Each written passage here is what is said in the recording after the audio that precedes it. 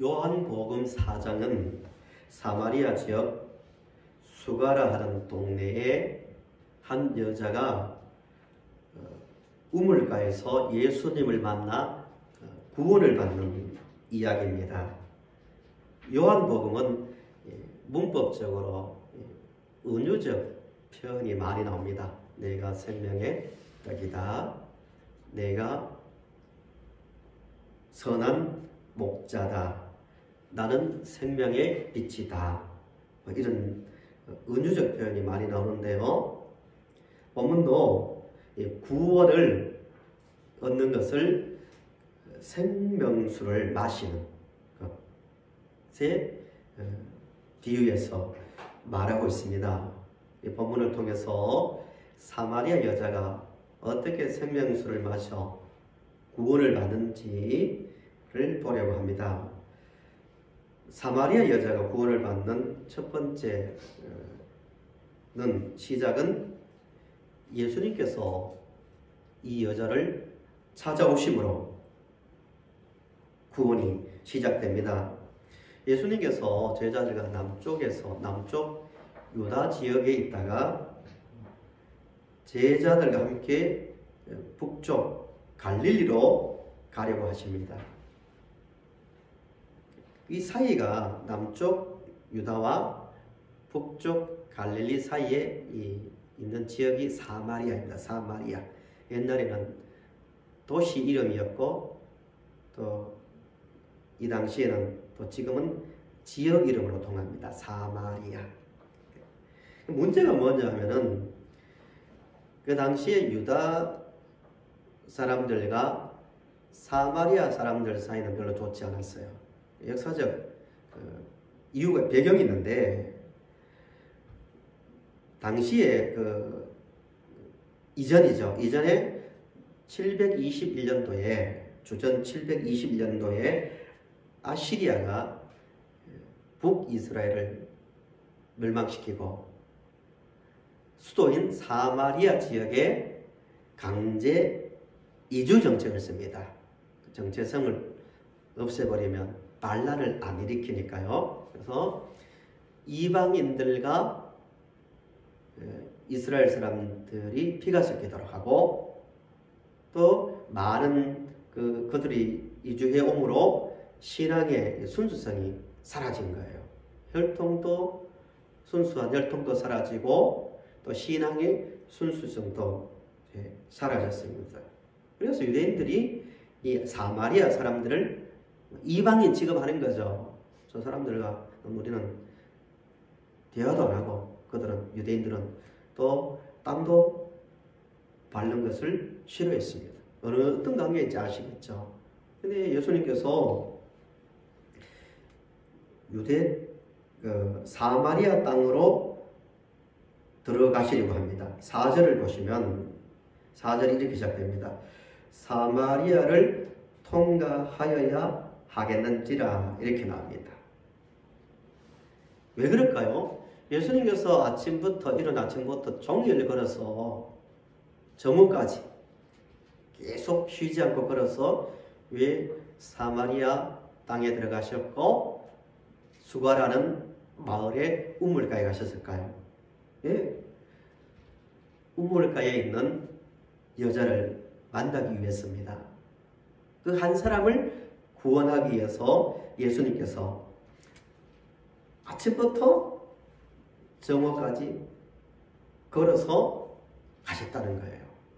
구원이 뭐냐면 구원의 시작은 성삼위 하나님께서 우리에게 찾아오심으로 구원이 시작되는 거예요. 그 은혜죠, 은혜. 내가 구원받은 것을 알면 알수록 우리에게 나오는 게 온유와 겸손입니다. 내가 구원받은 것. 성삼위 하나님께서 나에게 찾아오셨고 내가 로마서 5장에 있는 말씀대로 죄인으로 있을 때 하나님과 원수되었을 때 약할 때 아무것도 요구하지도 않았는데 십자가에 달려 죽으시고 또 성령께서 오심으로 우리가 구원을 받았다. 우리가 한 게 아무것도 없거든요. 그래서 우리에게 나오는 게 구원을 알면 할수록 온유한 마음과 겸손한 마음이 생기는 겁니다. 그래서 이렇게 주님께서 사마리아 땅에 들어오셨는데 마침 한 여자가 우물에 물을 기르러 왔습니다. 그 시간이 몇 시냐면은 6절에 6시쯤이라고 시간을 저자가 말하고 있습니다. 우리 시간으로는 정오입니다. 낮 12시입니다. 그 시간에 왜 기록자가 예수님께서 그 여자를 만난 시간을 기록했냐 하면은 물을 기르러 온 여자의 그 상태를 보여주기 위해서입니다. 이 지역은 우리나라도 뭐 그런 비슷하지만 특별히 이 지역은 덥기 때문에 물을 기르러 오면 보통 이른 아침이나 해가 진 시간에 물을 주로 기르러 옵니다. 이게 맞죠, 상식적으로. 근데 저는 낮 12시였다는 것은 이 동네 사람들을 만나기 싫었어. 만나는 것이 두려웠어요. 눈총이. 사람들의 그 멸시의 어떤 말과 어떤 표정들과 눈총이 무서워서 사람들이 오지 않는 시간을 택했다는 것을 우리는 짐작할 수 있습니다. 얼마나 사람들에게 무시당하고 비난당하는 여자인지를 알 수 있는 내용입니다. 아무 희망이 없는 거예요. 물 기르러 오는 자체가 고통인 여자입니다. 이 여자가, 이 사마리아 여자가 예수님을 만나 구원을 받는데, 보면은 요한복음 4장은 예수님과 굉장히 긴 대화로 된 내용이에요. 이 긴 대화를 잘 보시면 한 사람이 어떻게 구원을 받는지를 엿볼 수가 있습니다. 그러니까 대화 내용 많은 내용 중에서 중요한 몇 부분만 보겠습니다. 첫 번째 부분이 예수님 처음 우물가에서 만났을 때 첫 마디가 뭐냐면은 물을 좀 달라고. 왜 이 말을 했냐면은 물론 예수님은 그 여자를 구원하기 위해서 가셨는데 그 여자에게 가장 관심이 있는 게 물을 기르는 거거든요. 그래서 우리도 어떤 사람과 대화를 할 때요, 항상 그 사람의 입장과 그 사람의 수준에서 그 사람의 관심이 뭔가를 맞추어서 대화를 하는 게 굉장히 중요합니다. 예를 들어서 사마리아 여자가 유대에 대해서, 성경에 대해서 깊이 잘 모르는데 예수님만 알 수 있는 이야기를 하면 대화가 안 되겠죠. 우리도 그렇게 해야 되는 거예요. 항상 상대방의 입장, 상대방의 어떤 기분이나 상대방의 어떤 배경을 고려하면서 감정과 지식적 수준을 맞추어서 이야기를 해주는 것 대단히 중요합니다. 그래서 물을 좀 달라는 거예요. 첫 번째 반응이 뭐냐면은 그 당시에 유대인들과 남유다와 그 사마리아 사람들 관계가 안 좋았다 했잖아요. 당시 유대인 남자인데 유대인이 어떻게 사마리아 여자에게 말을 거냐, 뭐 이런 거죠. 왜 물을 달라고 하냐고. 그때 예수님의 말씀이 읽으신 10절입니다. 10절. 우리 10절을 다시 읽어보실까요? 같이 읽겠습니다. 시작. 내가 만일 하나님의 선물과 또 내게 물 좀 달라 하는 이가 누구인 줄 알았더라면 내가 그에게 구하였을 것이요 그가 생수를 내게 주었으리라. 아멘. 예수님 말씀인 거예요. 물을 달라고 한 사람이 그가 누구인지 알았다면 오히려 반대로 그에게 물을, 생수를 달라고 구해야 것이고 그러면 그가 주었을 거라고 말합니다. 가만히 들어보니까 여자가 뭔가 좀 이야기하는 게 다르거든요. 느낌이 다르니까 11절에 호칭이 바뀝니다. 주여라고 이렇게 나옵니다. 주여. 우리가 말하는 주님은 아니지만 유대 남자가 이렇게 하다가 주여 하면서 하는 말이 1절을 보시면 여자가 이르되 주여 물 기를 그릇도 없고 이 우물은 깊은데 어디서 당신이 그 생수를 어깨 싸움나니까 라고 말합니다. 무슨 말이냐면은 이해를 못하니까 예수님께서는 영혼을 살리는 생수를 주겠다는 거잖아요. 근데 여자는 자기의 육신의 목마름을 해결해주는 생수, 여기에 물 기르러 오지 않아도 될 만큼의 그런 생수를 원하고 있는 거예요. 다른 거죠. 그래서 여자의 말이 그거예요. 12절에 아니 내가 보니까 두레박도 없고 당신 두레박도 없고 이 물이 얼마나 깊은데 어떻게 그 물을 준다는 겁니까? 이런 뜻이에요. 야곱은 그래서 야곱보다 당신이 큽니까? 사마리아 사람들이 높이는 사람 중에 한 사람이 야곱이에요. 야곱의 우물이 사마리아 지역에 있었거든요.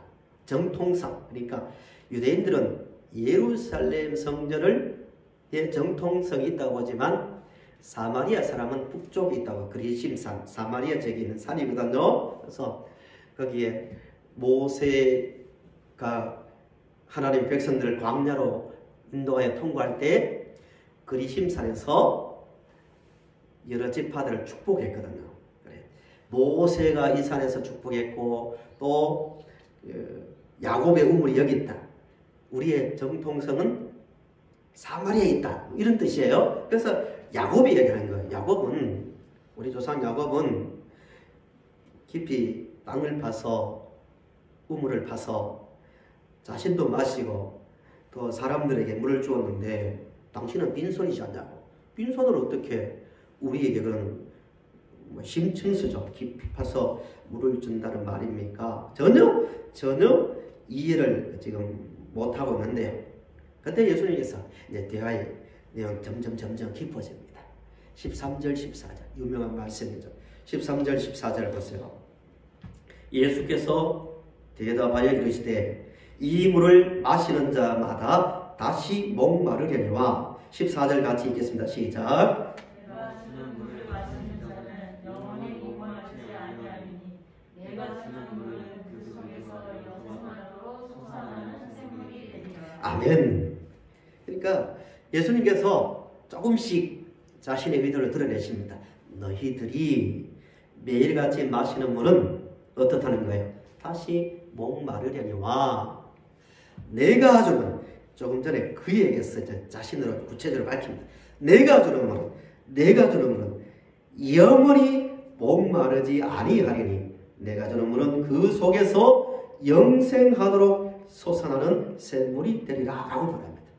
내가 주는 물을 마시면 영생한다고. 죽을 인생이 영원히 살게 된다는 말 아닙니까? 영생한다고. 그럼에도 불구하고 여자는 이해하지 못하고 또 이런 말을 합니다. 주여, 그런 물이 있다면 내게 주사 목마르지도 않고 여기 제발 여기 물 기르러 오지 않아도 내게 좀 해주세요. 이런 이야기입니다. 이 말을 오늘 우리말로 풀면 이런 이야기입니다. 주여, 제발 그런 능력이 있으면 내가 여기에 우물에 오지 않아도 밥을 만들어 먹을 수 있고, 그 지역으로 표현을 하면 떡을 만들어 먹지 않아도 될 수 있는 그런 물을 좀 주세요. 현실의 문제를 좀 해결해 주세요. 이런 이야기입니다. 근데 너무 힘듭니다. 제가 인생이 이렇게 힘든데 이 우물에만 오지 않아도, 우물에 온다고 시간마다 막 가슴을 졸이면서 오늘은 누구를 만날까? 괜히 운이 나빠서 부딪히면 멸시의 어떤 말과 눈총을 받으면 너무 괴롭다고. 여기 오지 않게만 해도 내가 어느 정도는 행복하게 살 것 같다. 뭐 이런 이야기입니다. 그 문제 좀 해결해 달라는 거예요. 현실의 문제. 점점 이 여자는 아직은 진리를 모르지만 점점 예수님을 의지하고 예수님과 대화가 깊어지는데, 그때 예수님께서 여자의 살아온 과거의 모든 이야기를 이야기합니다. 내 남편을 불러오라. 쭉 내 남편은 5이 있었는데 지금은 남편이 아닙니다. 내 말이 옳다 이러니까 깜짝 놀라는 거죠. 유대인인 한 번도 보지 못한 사람이 자기의 모든 것을 다 알고 있으니까요. 충격을 받아가지고 호칭이 또 바뀝니다. 당신은 선지자입니다. 보통 사람이 아니라는 거죠. 예수님 보고 당신은 나의 모든 것을 알고 있는 거 봐서 특별한 사람입니다. 뭐 이런 식이죠. 그러면서 또 중요한 질문을 합니다. 대화가 조금 이제 길지만 집중해서 들어보십시오. 무슨 질문을 하냐면은 유대인들은 예배를 예루살렘에서 하고 우리 사마리아 사람들은 그리심 산에서 하는데 어느 산에서 예배해야 하나님이 예배를 받습니까? 이런 질문이에요. 당시에 예수님 당시가 아니라 이전에 북쪽에 사마리아 지역에도 성전을 세웠고 그전에는 예루살렘에 하나만 있었습니다. 그런데 정치적인 문제로 여러 가지 문제로 사마리아 사람들은 예루살렘에 오지 않고 자체에서 성전을 세웠고 유대인들은 예루살렘에 성전을 세웠습니다. 그러니까 이렇게 계속 가다가 어느 날 유대인들이 주전 128년에 북쪽으로 올라가가지고 사마리아에 있는 성전을 박살내버리고 완전히 초토화시키고 제사장들 다 잡아 몰살시켜버렸습니다. 이런 사건이 있습니다. 그 사이가 안 좋겠죠, 서로가. 그럼에도 불구하고 사마리아 사람들은 정통성은 어디에 있다? 북쪽 그리심산에 있다. 모세가 거기에서 큰 일을 많이 했고 야곱의 우물이 있다. 뭐 이런 식으로 정통성을 말하는 거죠. 그 질문을 할 때 어디에서 예배를 드려야 됩니까? 할 때 예수님은 아주 중요한 대답을 하나 하십니다. 21절에 어디입니까? 장소를 말할 때 때를 말해줍니다. 21절 제가 읽어보겠습니다. 예수께서 이르시되 여자여 내 말을 믿으라. 이 산에서도 말고 예루살렘에서도 말고 너희가 아버지께 예배할 뭐가 이르리라? 때가 이르리라. 때가 이르리라 이 말합니다. 이 때가 언제냐면은 예수님께서 십자가에 달려 죽으실 때입니다. 복음서에서 계속 때를 강조하거든요. 내가 너희들을 위해서 십자가에 달려 예루살렘이죠. 장소는 예루살렘에서 십자가에 달려 죽을 때 그때가 되면은 너희들이 이 산도 아니고 거기도 아니고 영과 진리로 하나님을 예배할 때가 온다는 말씀을 하고 계시는 거예요. 예수님께서 십자가에 달려 돌아가심으로 하나님과 인간 사이에 막혔던 모든 게 무너짐으로 이제 더 이상 성전이 필요 없게 되었습니다. 몸이 성전이 된 거예요. 몸이 예수님의 영이 예수님이 마음속에 가시니까 십자가로 하나님과 인간 사이에 가로막힌 죄가 제거되므로 하나님께서 만들어주신 성막이 찢어졌습니다. 그래서 하나님께 예배하는 자는 영과 진리로 예배할 때가 온다라고 말하는데요. 23절, 우리 24절을 같이 읽어봅시다. 23절, 24절 같이요. 시작. 아버지께 참되게 예배하는 자들은 영과 진리로 예배할 때가 오나니 곧 이때라. 아버지께서는 자기에게 이렇게 예배하는 자를 찾으시느니라.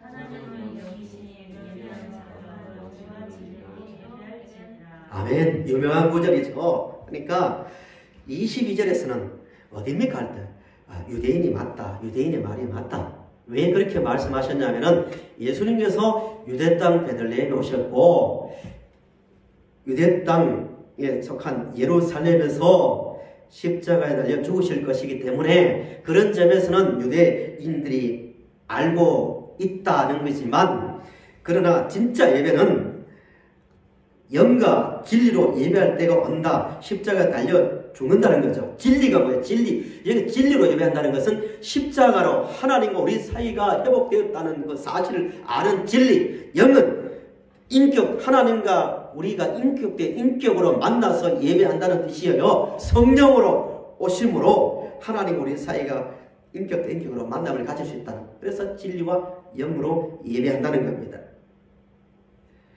그러면서 마지막 질문이 이제 나옵니다. 25절 보세요. 25절. 그 말을 하니까 여자가 이르되 메시아 곧 그리스도라 하는 이가 오실 줄을 내가 아노니 그가 오시면 모든 것을 우리에게 알려주시리이다 할 때 예수님께서 그에게 드디어 자신을 드러내십니다. 내가 내게 말하는 내가 그라, 이렇게 말합니다. 얼마나 놀랐겠습니까? 눈앞에서 내가 그 일을 하러 온 그다. 그 여자가 예수님을 마음에 이제 받아들이는 거죠. 본문으로 말하면 예수님께서 주시려던 생수이신 예수님을 이제 마신 거예요. 영생한 거예요. 영생의 그 영혼을 살리는 생수를 마심으로 여자는 구원을 받은 겁니다. 그 이후에 어떻게 됐냐면은 27절부터 쭉 나오는데요. 여자가 예수님께서 주시기로 한 예수님 자신이죠. 생수를 마심으로 28절을 보세요. 28절. 여자가 물동이를 버려두고 동네로 어떻게 했다고요? 들어가서 사람들에게 말하기 시작하는 거예요. 이게 구원받은 사람에게 나타나는 첫 번째 특징입니다. 생수를 마시니까 영혼이 살아남으로 자신을 보는 눈이 바뀝니다. 이전에는 마을에서 우물에 물을 기르러 올 때는 어떻게 나왔습니까? 사람들 만나는 게 싫은 거예요. 괴로운 거예요. 눈총이 얼마나 무서운지 아시죠? 눈총이 말보다 더 무서울 수 있습니다. 몇 시에 눈초리로 쳐다보는 게 무서워가지고 자신도 또 사람들에게 나타나는 게 자신이 없으니까 숨다시피 와서 마을에 나왔던 사람이 이제는 물동이를 버려두고 예수님과 대화할 때 뭐예요? 제발 이 물 뜨는 게 최고의 소원이었습니다. 물 문제였습니다. 물동이를 버려두고 스스로 동네로 들어가서 사람들에게 예수님을 말하기 시작합니다. 자신 있게 사람을 만난다는 거예요. 자신을 바라보는 눈이 달라질 뿐만 아니라 사람들을 바라보는 눈이 달라집니다. 사람들이 자신을 무시하고 멸시할 때 여자는 사람들을 어떻게 봤을까요? 자기도 마찬가지입니다. 지우고 있을 거예요. 그 사람들에 대한 원한이 쌓였을 거예요. 그렇지 않겠어요? 그런데 그런 마음이 없는 거예요. 저 사람도 내가 마신 생명이신 예수님을 모셔야 되는데 그 마음 때문에 마을로 들어간 거예요. 복음이 들어가면요, 진짜 구원의 진리가 들어가면 나 자신과의 관계가 회복될 뿐만 아니라 그와의 관계, 너와의 관계가 회복되는 거야. 저 사람을 사랑하게 되고 내가 받은 은혜를 그도 받아야 될 건데 라는 그런 안타까운 마음이 생긴 거예요. 들어가는 거예요. 그 다음에 29절을 보시면 내가 행한 모든 일을 내게 말한 사람을 와서 보라. 이는 그리스도가 아니냐 하고 말합니다. 따라합시다. 와서 보라. 형창이 와서 보라. 예. 이 와서 보라는 말이 1장 39절과 46절에도 나옵니다. 예수님께서 제자를 부를 때 제자들 사이에서 와서 보라고, 와서 보라고 똑같은 단어를 사용하고 있습니다. 은연중에 의도적으로 요한은 이 여자가 제자 이치까지 올라가고 있다는 것을 말하고 있습니다. 와서 보라고, 와서 보면 안다고. 그래서 마을 사람들이 예수님께 나왔습니다. 있을 수 없는 이야기입니다. 사마리아와 유대인의 관계를 안다면 여자 한 사람은 뭐 그럴 수 우연히 그랬다 치지만 사마리아 사람들이 그 말을 듣고 예수님께 몰려왔다는 것은 대단한 변화입니다. 그 관계를 안다면. 와서 뭘 하냐 하면은 39절부터 41절 이 마지막 부분인데요. 나와서 사마리아 사람들이 행한 행동이 중요합니다. 39절에 여자의 말이 내가 행한 모든 것을 그가 내게 말하였다 증언하였으므로 그 동네 중에 많은 사마리아인이 예수를 믿은지라. 사마리아인들이 예수께 와서 자기들과 함께 유하시기를 청하니 거기서 얼마 동안 있었다고요? 이틀을 있었다고 말합니다. 이게 중요한 부분입니다. 이틀을 머물면서 41절에 예수님께서 당연히 말씀을 가르치다는 말씀을 예수의 말씀으로 말미암아 믿는 자가 더욱 많아. 42절 그 여자에게 말하되 사마리아 사람들이 여자에게 말하는 거죠. 이제 우리가 믿는 것은 내 말로 인함이 아니니 이는 우리가 친히 듣고 그가 참으로 세상의 구주신 줄 알미라 라고 말합니다. 놀라운 장면입니다. 사마리아 사람들이 처음에는 와, 저 사람 저 여자 우리가 다 알고 있는데 무시했지만 너무나 그 표정과 삶의 모습이 진지하니까 그 말을 듣고 그 여자의 말 때문에 예수님께 나왔지만 이틀을 예수님과 함께 먹고 자면서 말씀을 배운 다음에 하는 말이 뭐예요? 이제는 여자의 말이 아니라 예수님의 말씀을 듣고 예수님이 참으로 세상의 구주신 줄 알게 되었다라고 고백합니다. 이게 우리의 모습이 되어야 됩니다. 이 시대에 요즘 코로나 이야기가 계속 나오는데요. 지난주에 말씀대로 이 위기이자 기회입니다. 정말 신앙의 본질을 찾는 기회입니다. 대면 예배가 중단되고 모든 행사도 중단되고 종교적 모든 틀이 다 중단된 상태에서 정말 1대1로 영적으로 이틀이죠. 이틀 예수님과 깊은 만남, 예수님 말씀을 깊이 듣고 있는 중에 이런 말이 나와야 됩니다. 이 본질 아닙니까? 말씀을 통해서 진리를 알고 하나님 만나는 것.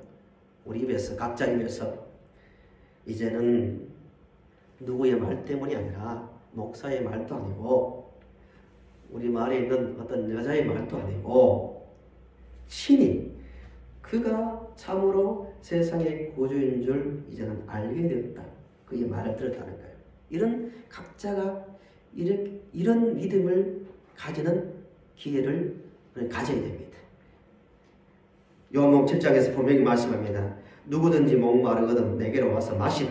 나를 믿는 자는 성경에 이름과 같이 그 배에서 생수의 강이 흘러나오리라고 분명히 말씀합니다. 누구든지입니다. 누구든지 영적인 우물가에 가서 주님 말씀을 듣고 주님과 대화를 나누면 누구든지 그 배에서 생수의 강이 흘러넘치는 은혜를 경험한다는 겁니다. 각자가 시간을 내서 말씀을 들고 여자와 주님의 대화를 나눔으로 그 인생이 변화된 것처럼 우리 각자도 영적인 우물가에서 앉아서 주님과 대화를 나누는 가운데서 이런 놀라운 일을 경험함으로 나 자신을 보는 눈이 달라지고 또 세상을 보는 눈이 달라지므로 나를 통하여 많은 영혼이 주께로 나오고 그들도 나중에 친히 주님 말씀을 듣고 구원받는 놀라운 일들이 일어나는 우리 교회가 되고 우리의 믿음의 모습이 될 수 있기를 간절히